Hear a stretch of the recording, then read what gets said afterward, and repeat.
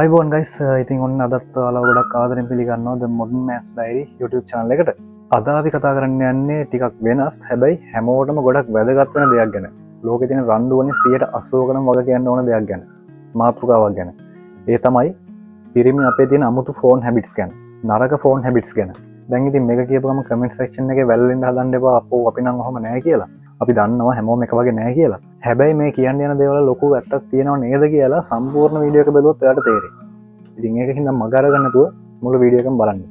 බලමු නේද එහෙනම්.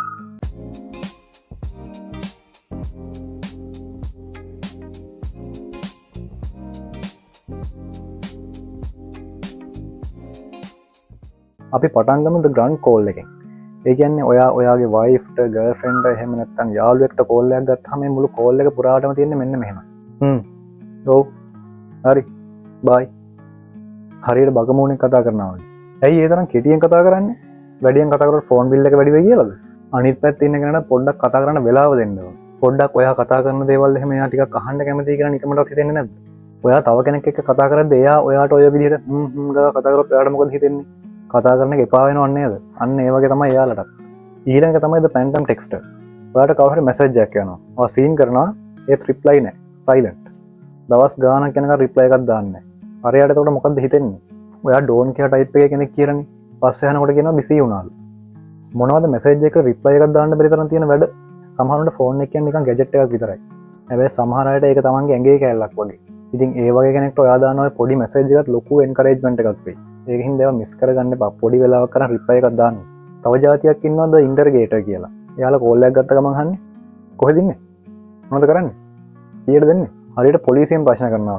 කිසිම ආදරයක් නැහැ, කිසිම ගෞරවයක් නැහැ. ඔයා කරන දේවල් ටික අහගත්තා. ෆෝන් එක තිබ්බා. අන්තිම එක තමයි ගයිස් භයානකම දේ. ඔයාලා දෙන්න එකට ඉන්න වෙලාවට ෆෝන් එක පාවිච්චි කරනවා. රෑ කෑම කනවා ෆෝන් එකේ. ට්‍රිප් එකක් යනවා ෆෝන් එකේ.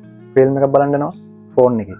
මේකෙන් අනිත් අයට යන මැසේජ් එක තමයි අපිත් එක්ක හිටියට අපිට වැඩිය මූට ෆෝන් එක ලොකුයිනේ කියන එක. හරි. දැන් අපි මේකට මොකද කරන්නේ? මම ඔයාලට සොලියුෂන් ටිකක් දෙන්නම්. මුලින්ම ඇක්ටිව් ලිස්නර් කෙනෙක් වෙන්න.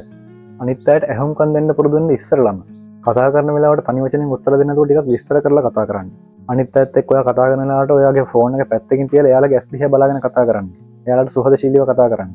ගැජට්ස් වලට වැඩිය මිනිස්සුන්ට ප්‍රයොරිටි එක දෙන්න. ඔයාගේ ෆෝන් එකට මිස් කෝල් එකක් ඇවිල්ලා තිබ්බොත් එයාට ඉඩ ආපු ගමන්ම ඒකට කෝල් එකක් ගන්න. රිප්ලයි කෝල් එකක් ගන්න. මැසේජ් එකකට අනිවාර්යෙන් රිප්ලයි එකක් දෙන්න.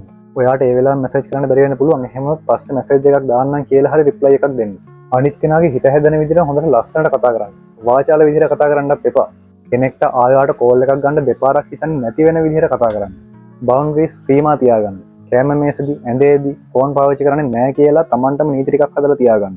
ඉතින් අද ඉඳලා ඔන්න ඔය මම කියලා දීපු දේවල් ටික කරලා බලන්නකො. ෆෝන් එකේ හින්දා ඔයාගෙන් දැනට ඈත් වෙලා හිටපු කට්ටිය ඔයාට ලං වෙන විදිහ දැක්කම ඔයාට පුදුමත් හිතේ. ඉතින් ඔයාටත් මේ වගේ අත්දැකීම් තියෙනවා දැම්ම පහලින් කමෙන්ට් එකක් දාන්න. ඒ ගාම වීඩියෝ එකට ලයික් එකක් දාලා සබ්ස්ක්‍රයිබ් කරන්න අමතක කරන්න එපා. එහෙනම් අපි ඊළඟ වීඩියෝ එකෙන් ඉක්මනටම හම්බෙමු. ජය වේවා.